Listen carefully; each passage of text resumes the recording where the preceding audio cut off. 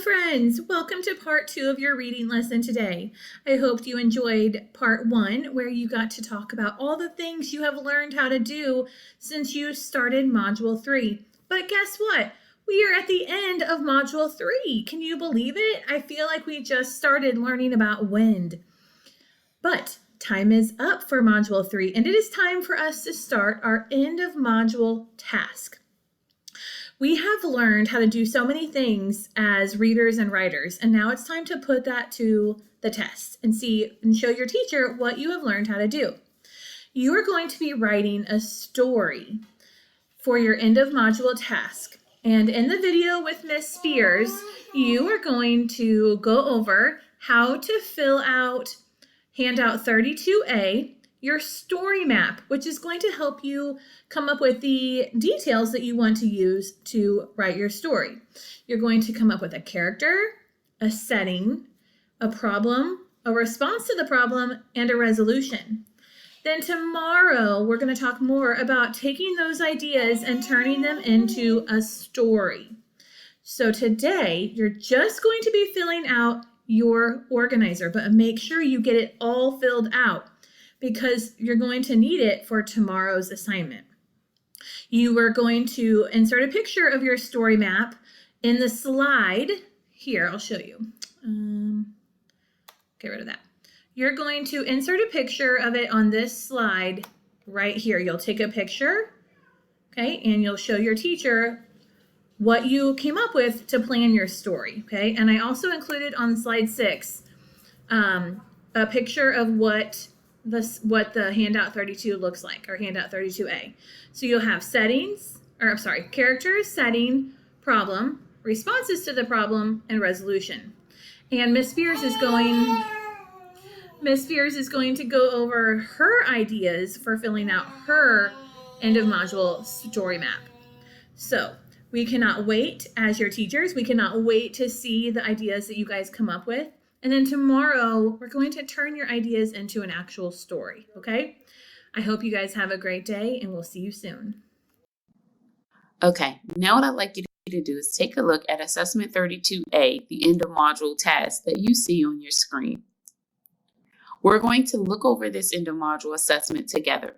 We'll go through the steps for how to do the task, and after this video, you'll know what to do, and your classroom teacher will tell you how to show your work and how to turn it into them. Listen as I read the prompt. Create a story about how a character responds to the powerful force of the wind on a windy day. Checklist for success. Be sure to include all of the following in your response: a story map to plan your story, sensory and feelings words, including adjectives that describe what the wind was like and how the character felt at the beginning and end of the story. Words that show order of events. When you're finished, use the narrative writing checklist to review and revise your writing. Now, to plan your end of module task, you need to first complete a story map, and that's what we're going to do now. What I'd like you to do is get out handout 32A, the end of module story map. It looks like what you see on your screen. Remember, if you don't have the handout, that's okay. You could also create the story map in your journals. Do you have your journal or your handout ready? Let's review the narrative elements on the story map. As I review them, I'd like you to point to the icon gently, either on your screen or you can just point on your handout. Are you ready? Characters, setting, problem, responses to the problem, resolution. We are going to go through the story map together so that you can have ideas for when you record your own stories on your story map. Okay, as we get ready for our story map, I want you to think, who could be the main character in your story?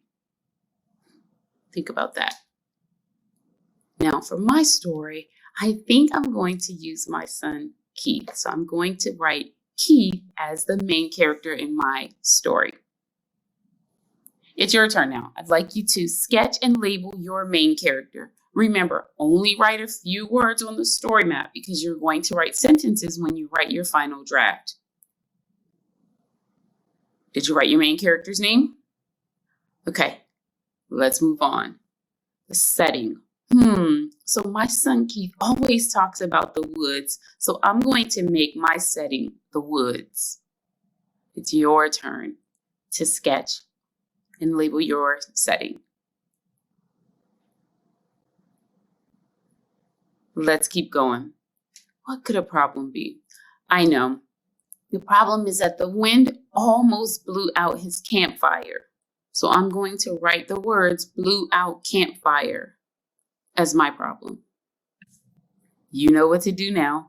Go ahead and sketch or write your problem. Okay, now responses to the problem. I know. He responds to the problem that the wind almost blew out his campfire by putting sticks on the fire and putting big logs on the fire. So I'm going to add the word sticks and big logs to my story map. Now, you will see I added words to my story map. But again, you can put words and pictures, but you do not need to write sentences on your story map. Okay? All right, go ahead and write words or sketch out the responses to the problem that's on your story map. Did you complete that part of your story map?